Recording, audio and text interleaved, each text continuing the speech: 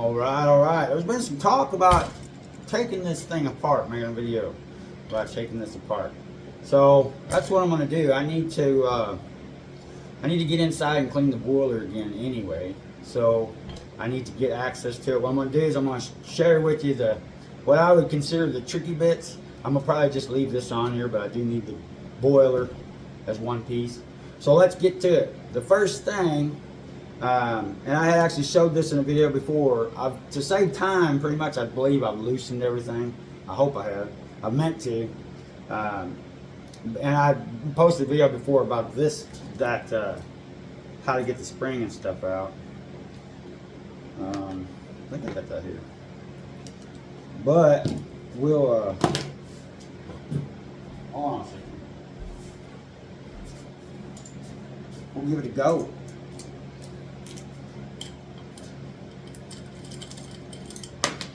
But so you just have these three, and now understand, if you've got an old machine and you're taking it apart after it's set for many moons, it's not going to come apart as smoothly as this one's going to. You know, so be patient, try not to break anything, but it's a really solid machine. Okay, so far that's all we have. We just have where we took those 3 acorn nuts out. That frees it up, but like I said, because of those gaskets, these gaskets are going to kind of melt and seal towards the towards the walls of the cylinder. So getting it out, it's not going to just pop out like that. You know what I mean? You may have to work at it. Okay, so next up, what we'll do, let's go ahead and do the spring too. To take the spring loose, you have to compress this somehow. Orphan Espresso, they use a wood brace, like a clamp. You know, it's just a two handle clamp, and it looks like it works great for them. I bought one to use it, and then the one I bought was too small. So I made this, and what it is, it's just I welded. This is a piece of angle iron I cut, and I just welded it to a C-clamp. I know it's ugly, but here's how that works, and you don't even have to take the handle or nothing off, because you can just slide this in there like that, and see how it clears everything, so that I'm able to decompress the spring with minimal collateral damage anyway. Like I said, this is probably the trickiest, maybe the trickiest bit, and like I said, just getting stuff that's seized up. But here, all we're wanting to do is take it off enough to where the pin is free.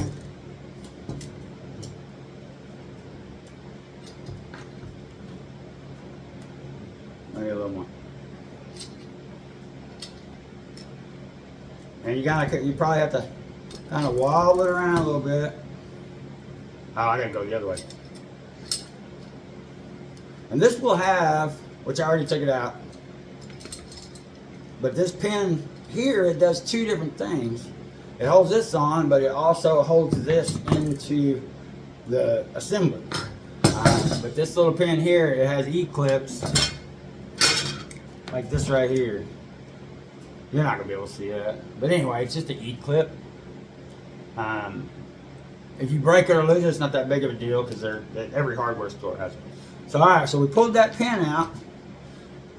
Okay, now our handle's gone. Now we can go ahead,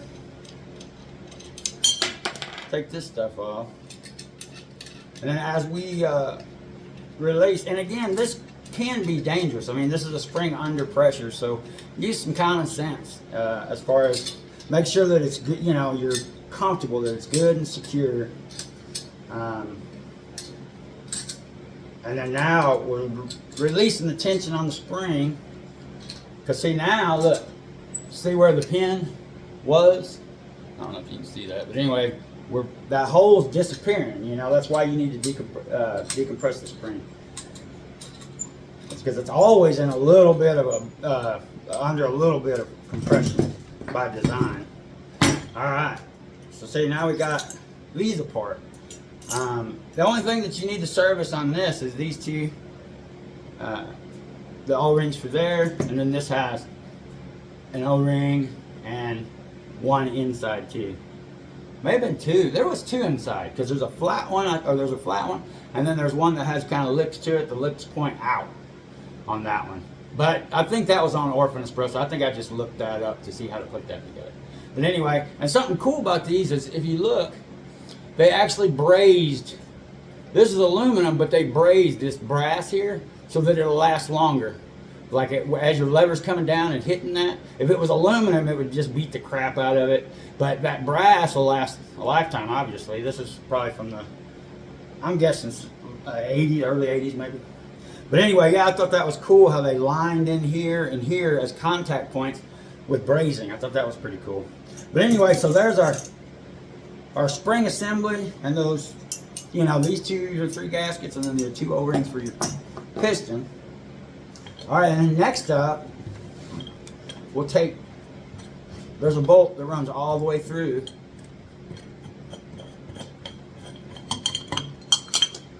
Oh, I already took it off. I'm gonna have to redo that because I wanted to show you what happens. It's like, see, with this in place, this is what you want. This center one is the one you want to take out. This in place, you can't even get a socket on there. So you actually have to take this off, but you can just use a crescent wrench on the flat spots. You can actually use it for both of them, where you just bust that loose, and like I said, it may be tight, but it definitely comes loose. And then you're going to do the same thing. Once that's off, then you have access to this one.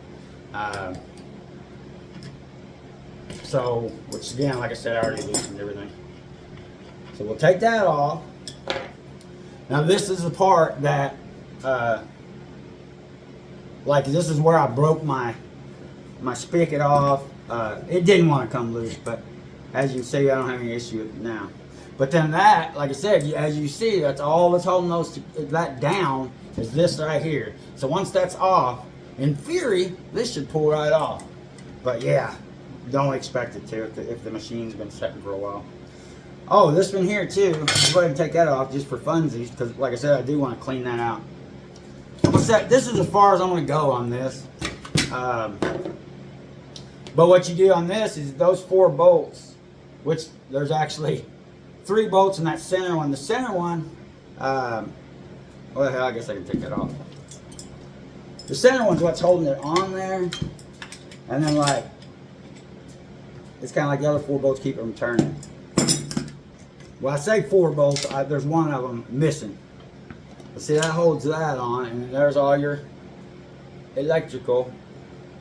And then it's supposed to be 4, there's only 3, but that's another reason why I'm taking it back apart is I need to put I'm gonna put all 4 new bolts in. Put that back together. But as far as that, you know, that's all there is to that. And you just, there's a lot of wiring diagrams for these things online, so I wouldn't sweat that too much. Switches, they just have, I think those are Phillips. Yeah, it just has 2 Phillips screws, those will pull out. I don't know, that's really it. I mean, that's why I wanted to share this with you. Oh, this right here. We're going to take that glass out.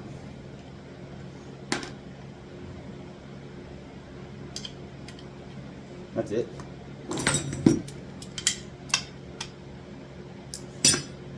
But yeah, I mean, the machine's just built so simple that, you know, what did that take? I don't know how long this video is, but that was kind of the goal, is to no redo, you know, just make it. But I'm going to show you this because I do, like I said, I'm going to take them out anyway. It's got 2 gaskets in there, and from Orphan Espresso, the red gasket is what goes first. So it's probably more heat resistant than the outer because it's right directly in contact with the boiler. So that's probably why you have 2 different gaskets.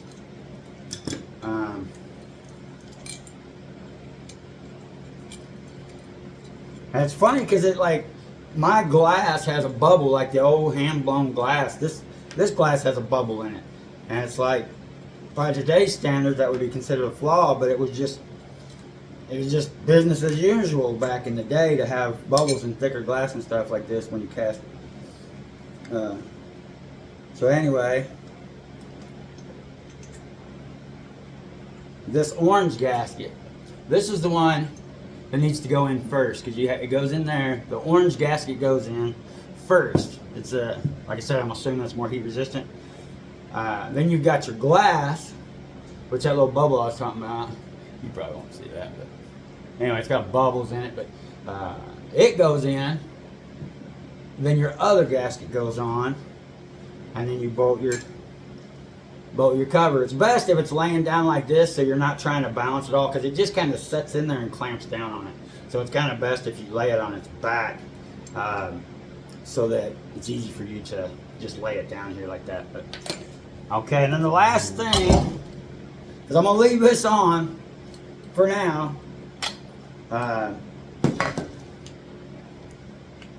I'm gonna take the screen off first. So you got your screen, which is one of the downsides to this machine, is the screens have these protruding nuts to hold the screen. You know, it's got studs running through there with nuts on to hold the shower screen on, and it, you know, you're very limited. Like, your coffee's in it no matter what. I mean, it's like I've got a gasket coming that gives more space, and I'm gonna see how that does. But yeah, I ordered it like 2 weeks ago, and it's saying like it hadn't even shipped yet, so I don't know. We'll see. But that gasket will be something I don't even really have to take it apart for that. I could take this out. I'll show you in a second. So anyway, this just has those right there, those two studs with these little, these are actually brass. I don't know if you can see it, but it's just a nut. They come brass. I lost one, so I went to the hardware store and got stainless. If you lose them and need to replace them, make sure you either get brass or stainless. You don't want to do like zinc plated or something like that. It just doesn't sound like a good idea to me to use ferrous metal in something that's going to have acidic coffee and hot water going over across all the time. But anyway, you take those out, and then in this case, that just fell out. So there's your screen, your shower screen, and then see, there's a little black, that's a gasket to further down to open for the when on downward pressure, and that these little four kind of like brass bits, I guess they keep it in place. And then we've got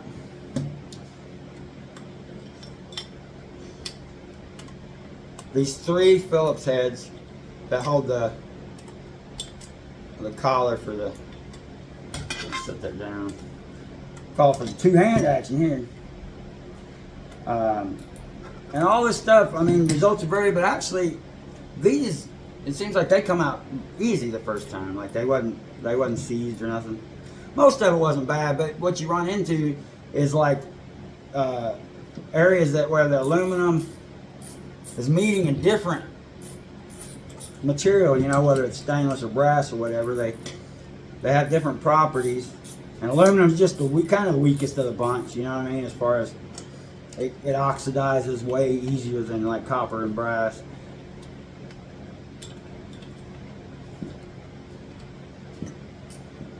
Anyway, take these three out, and this gasket inside here is the one that I ordered from. I think it's the same guy, and he's got some Microcimbali videos, and he's got a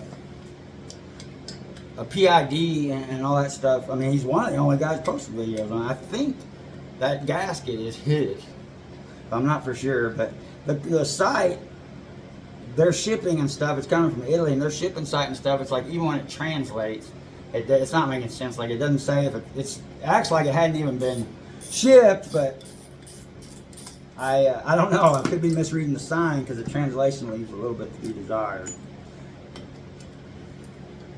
But anyway, that's, you know, that's about it on this thing. I mean, like I said, you have your wiring and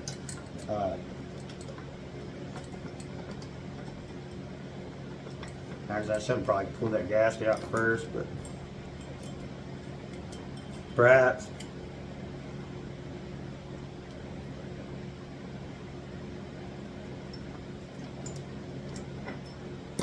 Anyway, all right. So this is the gasket. This one here is the gasket that I ordered on eBay, and he makes a thicker gasket than this that will allow you to use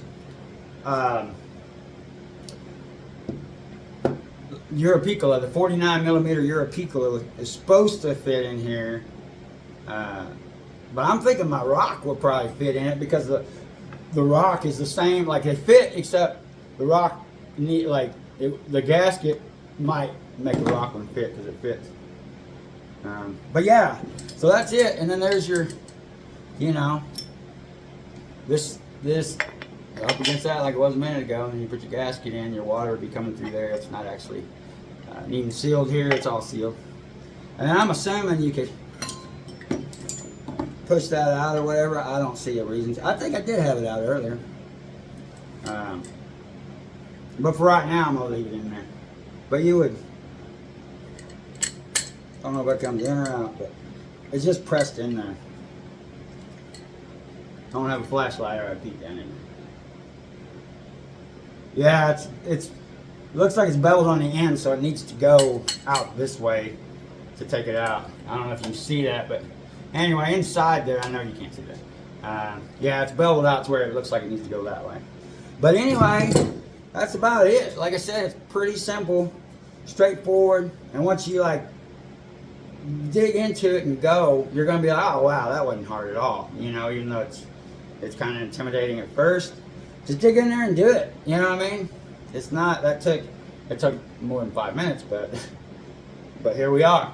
So anyway, all right, man, I hope you guys got something out of this. I appreciate all the interest in this stuff. I really love these old machines. I mean, I don't know, it's just something about them, So I want to fix some of them up and put them back out in the wild, put them in use. I like using them, they're a lot of fun. But, all right, guys, I hope that helps. And get cracking on an old lever machine for yourself, because this is a good start. Microcimbali or Lapavoni's. Lapavoni's a lot more available, but both of them you can find either one of them. But all right, peace out. Hope y'all stoked.